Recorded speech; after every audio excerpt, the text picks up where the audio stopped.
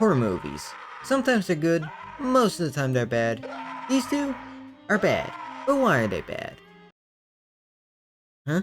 What are you looking at me for? Do I look like a movie critic or something? No, the answer is no. But I did watch both of them, and I hated both of them, so now I'm making this video. Tusk and Yoga Hosers are two horror comedies, both written and directed by Kevin Smith. He got the idea for Tusk from his podcast, and then later he decided to make Yoga Hosers as a spin-off. But for some unholy reason, I decided to watch Yoga Hosers first. Though it ended up not really mattering as they're barely connected. There's a couple references and some characters show up in both movies, but I could follow the plot perfectly fine without watching Tusk first. I should also say that I didn't go in completely blind.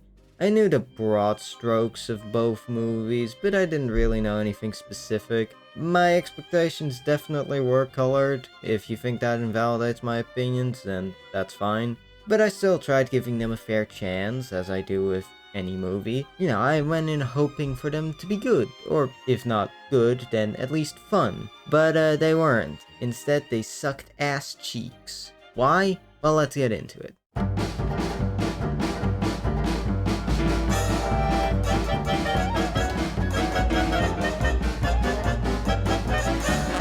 So, I'll start with Yoga Hosers since, well, I watched it first. This is definitely the worst of the two in my opinion. It's also the more comedic of the two, and I use the word comedic extremely loosely because, spoiler alert, I really don't find this movie funny. The movie's set in the great frozen hellscape of Canada. These are the Colleens. They're respectively played by Harley Quinn Smith, Kevin Smith's daughter.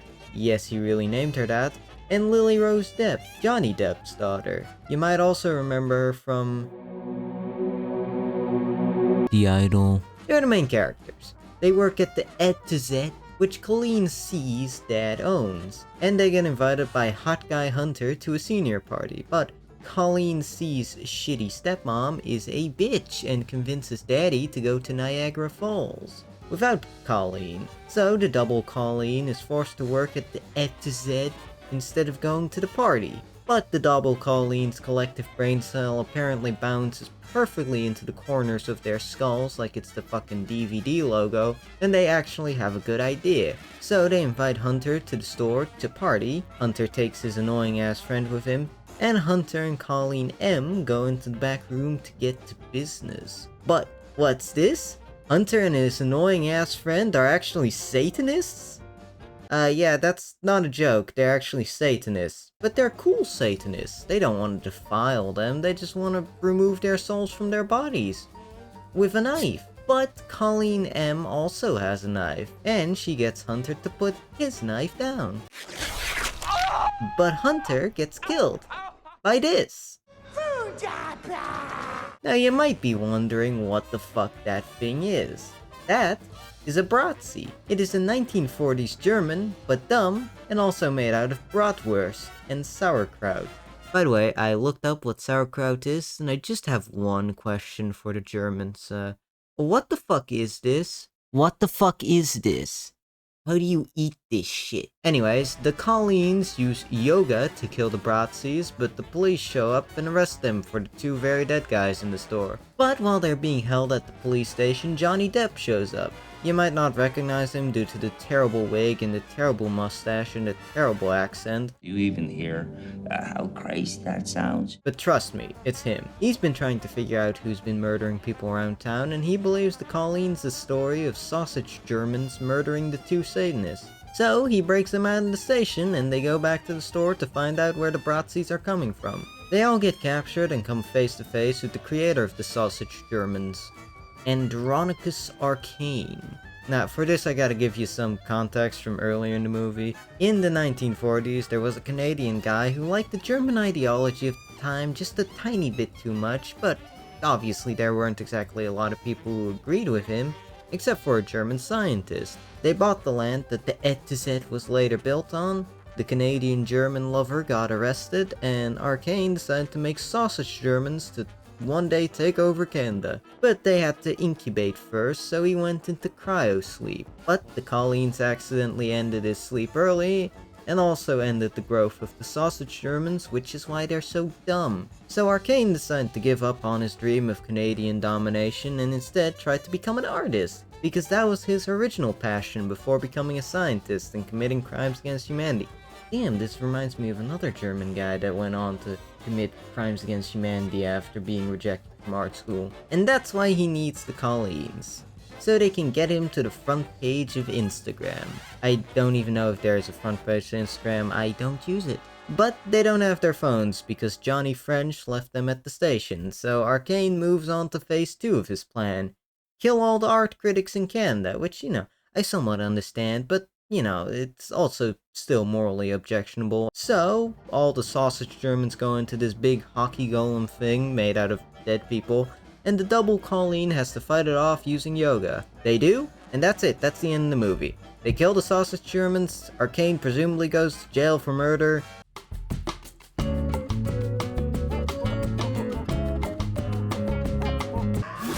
And the Colleens return to their shitty job at the A to Z. Going in, I wasn't expecting anything good, but I was hoping that it would at least be somewhat fun. But it wasn't. First off, the movie fucking drags.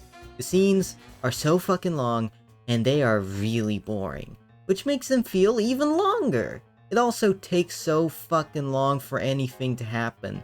The Bratzies don't show up until halfway through the movie. The first half is spent almost exclusively on the Colleens' school life, and it's just not interesting or entertaining for that matter. There's also a bunch of really dumb plot points. It makes sense that the Colleens get arrested, and their story of sausage Germans murdering the 2 Satanists is just a tiny bit insane. But the cops should have probably found all the Bratzi corpses around the store, and it's not like they didn't investigate the store, because they definitely did, because there was a murder that happened there. And how did Johnny French actually break the Colleens out of jail? And why did the Bratzies not kill Johnny French when they captured the Colleens? Arcane wanted the Colleens alive, but he seemingly didn't give a fuck about Johnny at all. Now you might say that stuff doesn't matter because it's a comedy, and I would sorta agree with that.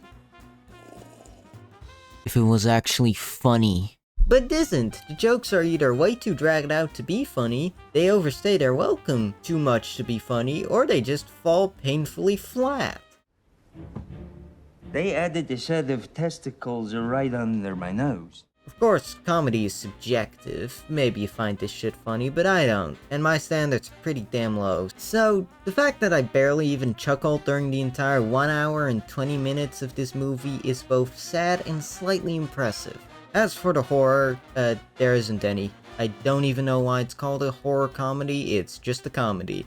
And it's not even good at it, so I don't know why this is called a horror comedy because it doesn't fulfill either requirement. The characters are also terrible. The Colleens are annoying and dumb, and they feel like what a boomer thinks teenagers act like. Jonny Depp's character isn't much better, in fact he's worse. He's also incredibly annoying, and his scenes are also the least funny and the most dragged out of the entire movie. And again, his accent is terrible. There really aren't any strong performances either, they're all pretty mediocre, and it's not because these are bad actors, well, some of them might be, but come on, Jonny Depp's here, and even he sucks here. I blame Kevin Smith. So, do I think that Yoga Hosers is any good? Have you been paying attention? No, I don't. It's not funny, it's painfully dragged out, it sucks. I hope that it would be batshit insane enough to at least be entertaining, but it wasn't that either. It was just boring, really. Basically, don't watch it. Watch literally anything else. But of course, it's a part of a set, so let's take a look at Tusk.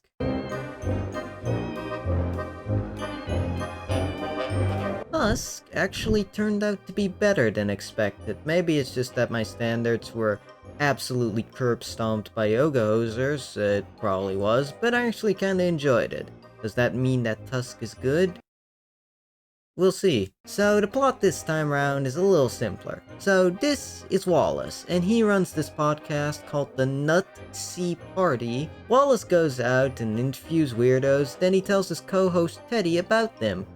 Wallace is also an asshole. Anyways, he goes off to Canada to interview a kid who cut off his own leg. But the kid dies before he can talk to him, so he does what any self-respecting college dropout does. He goes to a bar to get drunk. But while pissing, he finds an ad from an old man with a room to rent and many stories to tell. So he drives out to the middle of nowhere, also known as any part of Canada more than 10 miles away from the US border. He meets the old guy, Howard, who begins telling some of his stories, but Howard spiked Wallace's drink, and when he wakes up, he's missing a leg. You see, Howard wants to turn Wallace into a walrus. Yeah, so back in the 60s, Howard was part of a fishing crew hunting a legendary shark, but the ship sank and Howard was forced to survive on a tiny island with his only friend being a walrus. But he eventually killed his walrus friend to survive before immediately being rescued right after murdering his best friend. So now he kidnaps random people and tries to turn them into walruses. And every year, at the anniversary of his friend's death, Howard reenacts the fight with the people he turns into walruses. Meanwhile, back in America, Wallace's girlfriend gets a voicemail from Wallace telling her about the whole kidnapping situation, and she and Teddy head over to Canada to save Wallace. Oh, and the girlfriend is cheating on Wallace with Teddy, by the way. They meet up with Johnny French, and yes, he is still the worst character in the entire movie. They find Wallace, but he's already killed Howard, and since Wallace is stuck as a walrus, they just leave him in a zoo. No, really, that's the end. They leave the man walrus in a zoo. But Wallace is still aware of his situation, but he's sort of embarrassed being a walrus. So that was weird. The plot is, just like with Yoga Hosers, batshit insane. But it wasn't quite as absolutely terrible. The characters were actually somewhat, slightly, a little bit interesting. Or at least they weren't as annoying or painful to watch, with the exception being Jonny Depp's character. Wallace is an ass, but he's not quite as annoying as the Colleens. And he kind of has a character arc as he eventually is forced to embrace that he's now a walrus. It's nothing great, but it's something at least. Howard, weirdly enough, also makes for a pretty decent villain. He's actually kind of intimidating. And Michael Parks does a pretty good job making Howard feel like a creepy, insane, walrus-obsessed weirdo without going too overboard or making Howard seem cartoony. And they give him a somewhat interesting backstory. You see, Howard was a Duplessis orphan. What's that? Well, back in the 40s to 60s, the Quebec government decided that they could get some more subsidies from the government by wrongly reclassifying orphans as mentally ill. These orphans were then often abused by their caretakers. This all actually happened, by the way.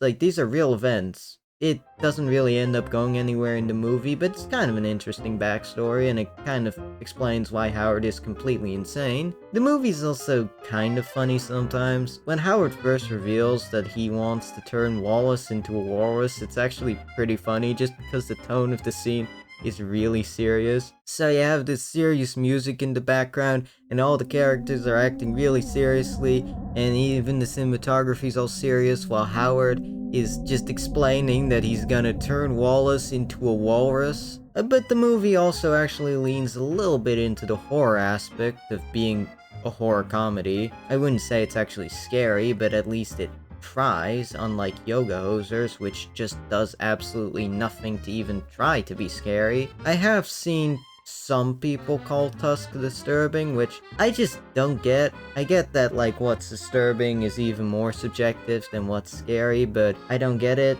I guess Walrus Wallace is kinda gross looking, and I guess the idea behind it is kinda creepy, being trapped in this meat suit.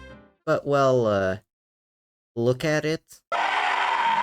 For me, it's just way too fucking goofy for me to find it disturbing. And lastly, I like the music quite a lot. Yoga Hosers' soundtrack is super generic, and I've honestly already completely forgotten what it sounds like. But Tusk actually has a memorable soundtrack. It's not Hans Zimmer or anything, but you know, it's good for what it is. But while all of that sounds pretty nice, I still don't think that it's a good movie. It still drags so fucking much. So many scenes are perfectly fine except for the fact that they go on way too long. Jonny Depp's first scene is definitely the worst example. It goes on for like 8 minutes, and between his shitty jokes, there's also an even worse and completely pointless flashback. It's not fucking funny. And it goes on forever. It is painful. In general, Tusk still just has a lot of Yoga Hosers' issues, just toned down, and for the most part, I didn't really laugh at most of the jokes. A lot of jokes are still too dragged out, or they just simply fall flat, but again, there are some actually kinda good jokes in here, which is better than Yoga Hosers. At least it wasn't completely excruciating to watch, but there's still so many issues with it that I can't recommend it either. Unless you're like drunk out of your mind, then you might enjoy it. And even then, I'd suggest watching it with like a couple friends or something. And I think that Yoga Hosers also just lowered my expectations so much that Tusk seemed better than it actually is.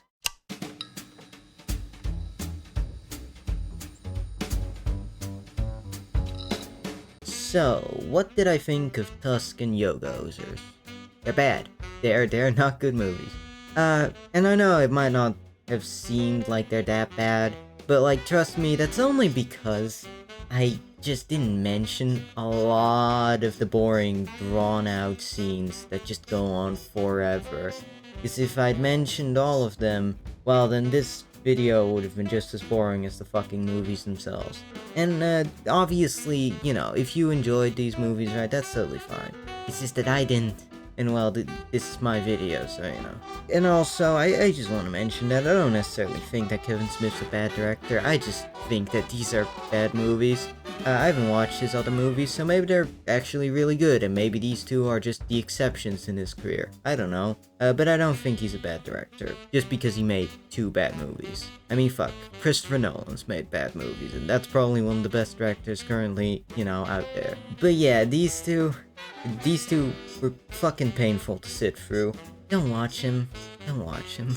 But, if you liked the video, subscribe, like, comment, all that good shit. It's been a while since I posted a video, I know. Shit got in the way. That was not intentional, but not much I can do about it now. But I do plan to have at least one more video out this month, though I said that last time I uploaded, and well, that did not go well, but hey, let's hope it goes better this time. I still don't know how to properly end these segments, so fuck this shit. I'm out.